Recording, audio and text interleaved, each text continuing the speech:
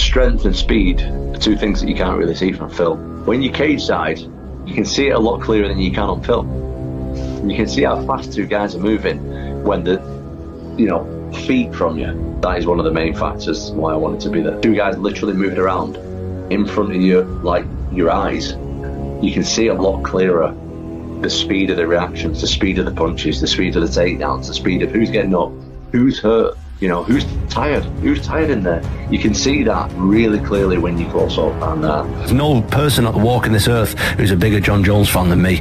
But let's find out who the fucking guy is. That's what I want to find out. Like, there's two champions now in the UFC heavyweight division. It's not right, simple as that. You can sugarcoat it all you want, these legacy fights and whatever. Like, my next fight has to be for the undisputed title, because everyone's like, you f***ing disrespecting one of the best ever. No, I'm not at all. I want a shot. Like, I want my shot, simple as that. I think I'm the fucking #1 heavyweight in the world right now. I truly believe it. Let me prove it. That's all I'm asking. Every single day from me being 8 years old, we have practiced technique in my dad's garage up until now that I'm 30. And we still do it. Mate, I'll go and spar in the morning, and then we'll go and break it down in the afternoon. Right, you need to do a bit more of this. You need to, right, I've seen this video, this guy's doing this, you need to practice this. Put your foot there. Little tweak, mate, little tiny tweaks, and mate, they'll be the most boring, mundane sessions. Like, he'll have me stepping my foot there, stepping across and turning it like that for 40 minutes. Is what I'm doing in the gym and what I'm doing in my, is that right to fucking beat the best guy ever? All hype and talk aside, I genuinely want to find out who's the best, me or him, because I think he's one of the best fighters ever. I literally believe that 100%. I'm a massive Jon Jones fan, and I want to go down as the best heavyweight ever. The speed thing has always been encouraged by everybody. I've always been fast, and I think I'm genetically fast anyway. I don't think you can definitely improve that to a degree, but I think I'm genetically fast anyway. But that's something I always wanted to keep up with the smaller guys. I never wanted to let my size hold me back, because you see a lot of big guys who they're just lazy bastards, mate. And I don't want to be that guy. But yeah, I always try and do it, even like lifting weights. I'm not lifting weights like bodybuilder. I'm not doing all time under tension stuff. Like, I'm lifting the weights as fast as I can for a short amount of reps and putting it down. I just feel like it's Jones's legacy is entwined with the UFC's legacy. Yeah. And what they're thinking is, like, he's the Michael Jordan for us, and if he does lose, it affects the UFC's overall brand, because then, you know, Silva lost, GSP lost. Like, we don't really have a guy to hang my hat on and go, he was the GOAT. I don't know. You might be. I have not a fucking clue, mate. I don't know. I'm just over here like. Aspinall is like, we've only seen him smash. We've never seen him be the nail. You know, you're getting up to elite status where you're calling out Jon Jones. Yeah. Right? It's a bit of a problem for him, right? Because he has not been tested in that way. He's so fast for a heavyweight. But again, you're saying the right thing. Like, what is it like in the 5th round with Jon Jones? Because if you can't steamroll Jon Jones and he starts side kicking your fucking kneecaps, you know, there's nobody better with distance than Jon. The best. There's no doubt about that the guy's got the talent. But when you start talking the greatest of all time, again, you know how I feel about Jon Jones.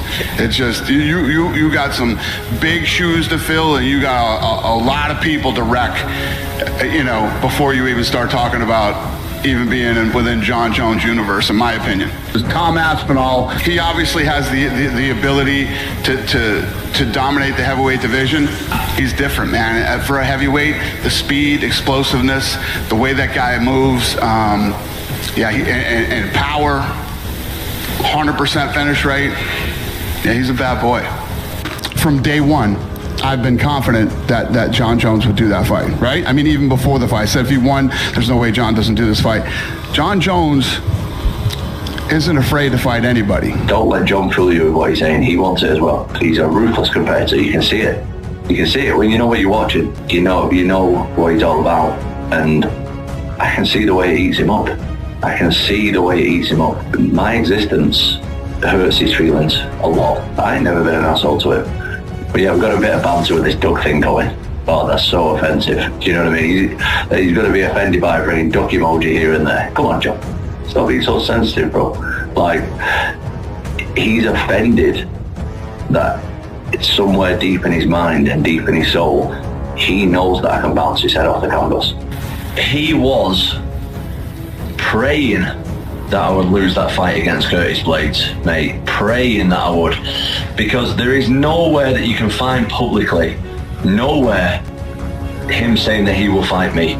It doesn't exist. I challenge anybody watching this interview to go and find a statement, a quote, a video where Jon Jones is saying that he'll fight me after he's fought Stipe. It doesn't exist. The guy's smart. And mate, the guy, we know he's a bit overweight these days. The guy was sat there, mate, with the Cheeto fingers or whatever, the Doritos on his fingers, with his iPhone in hand, waiting for me to get knocked out so he can start tweeting about it. Let's be honest, and since I won that fight, he's gone completely quiet, and he'll continue to go completely quiet about me until he retires, because there's no way on earth that he's going to fight me. Not a chance. I will retire Jon Jones without even fighting him. I'm trying to be the best heavyweight of all time, mate.